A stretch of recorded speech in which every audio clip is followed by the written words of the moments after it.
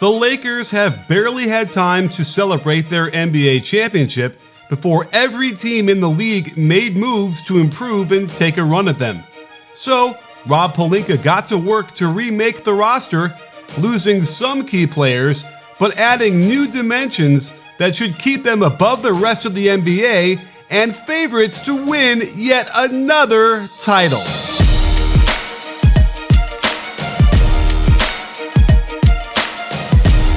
Let's begin with the free agent signing of center Marc Gasol.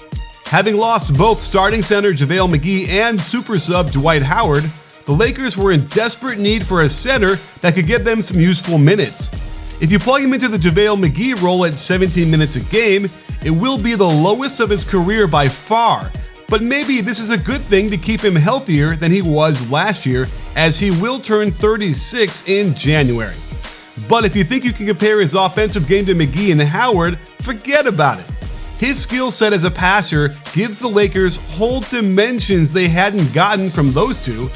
One would hope the Lakers would take some pressure off of LeBron by giving some of these post touches to Gasol, where he can work his magic with his expert vision and adept touch and angles on these dimes to cutters.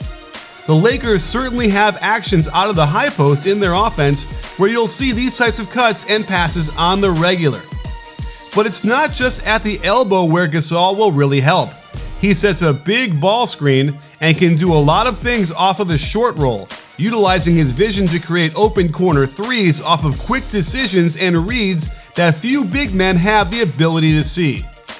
And to top it off, while LeBron won't get the same acrobatic lobs to McGee and Howard, Gasol gives them a legitimate pick-and-pop weapon to space the floor even further for James and Davis. This gives the Lakers tons of options, since they run these same actions for Davis and can just plug Gasol right into it without missing a beat. This step-up screen is particularly problematic for defenses because when it's LeBron attacking towards the baseline, the help off Gasol's man will have to get down near the block, leaving him wide open to splash threes at an elite rate. Defensively, Gasol doesn't have near the mobility to cover the lane and erase his teammates' mistakes with block shots like JaVale and Dwight, but he's great positionally, can anchor a defense alongside high IQ players, and the stats show that he continues to have a significant impact on the defensive end. Gasol had a few teams interested in signing him, and one way Rob Pelinka was able to get the deal done was to keep his plans as secret as possible. We saw what happened when the Bogdan-Bogdanovic trade leaked, and it might lead to the Bucks getting fined for tampering. You might be in the same situation, needing your internet activity to be as private and secure as possible. And that's where NordVPN can help you. By routing your normal online traffic through their servers, they can encrypt all of your data so cyber criminals cannot steal it. It can also allow you to access websites that certain countries might have blocked. I've got two letters for you. LP. NordVPN has 24/7 customer service, super fast servers with unlimited bandwidth to keep the internet humming. It can also act as an ad blocker. And right now, there's a special Black Friday deal. Every purchase of a 2-year plan will get you 4 additional months free. Go to nordvpn.com/bballbreakdown and use our coupon code bballbreakdown at checkout. This way, you can access all the Montrezl Harrell clips you want without letting anyone know what you're up to or where you are, which might be a good thing considering the drop-off in defense compared to what the Lakers had with Dwight on the floor. But with Gasol and AD hanging around, we'll just ignore the defensive issues for now and discuss how he fits in with their offense. The Clippers like to have him set a pin down for a cutter to the wing so that he could then get good low post position to go to work on the left block, utilizing great footwork like this up and under for the inside hand layup. Here's a similar action the Lakers used for Anthony Davis, and he's got plenty of room to work with because they space the floor so well with shooters.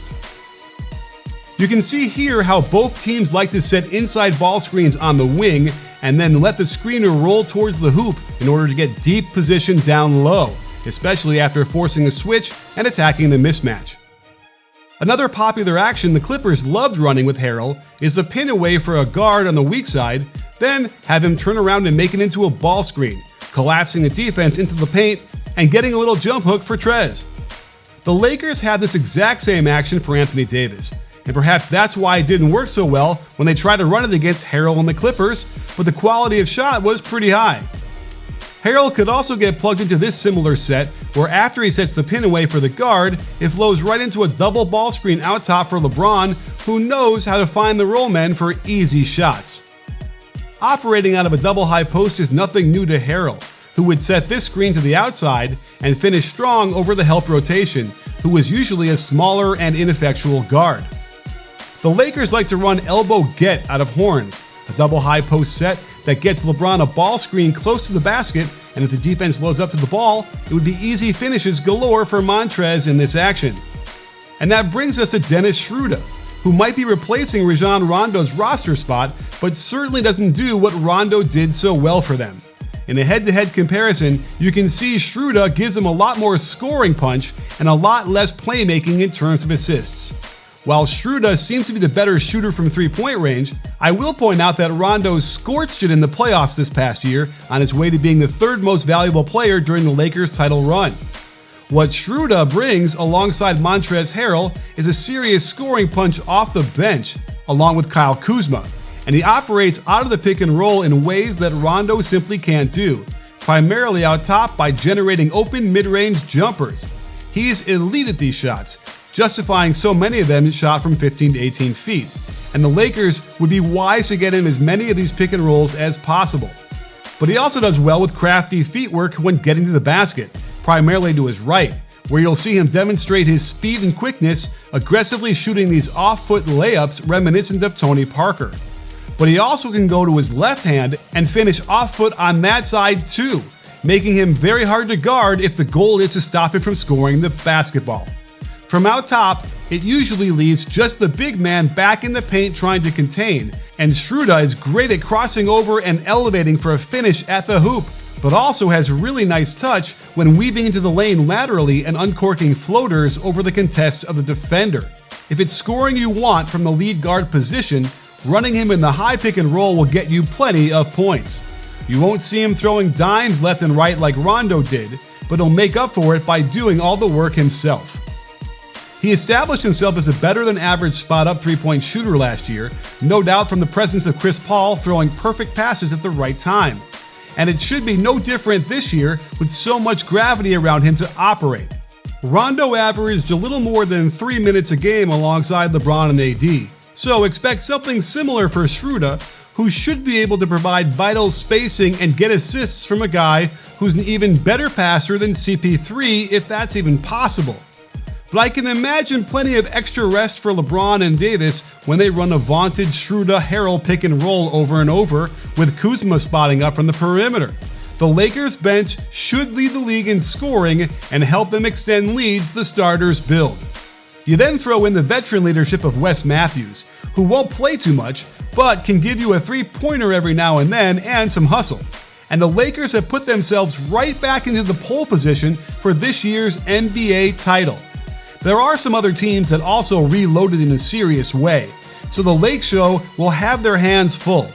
But if there's one thing I've learned from covering the league for 10 years, it's never bet against LeBron James. Don't forget to like and subscribe and leave your comments below. We'll have tons of content during the offseason for you, so stay tuned and get your notifications set to alert you right away. And don't forget, sports fans, at B-Ball Breakdown, we're not a channel, we're a conversation. You in?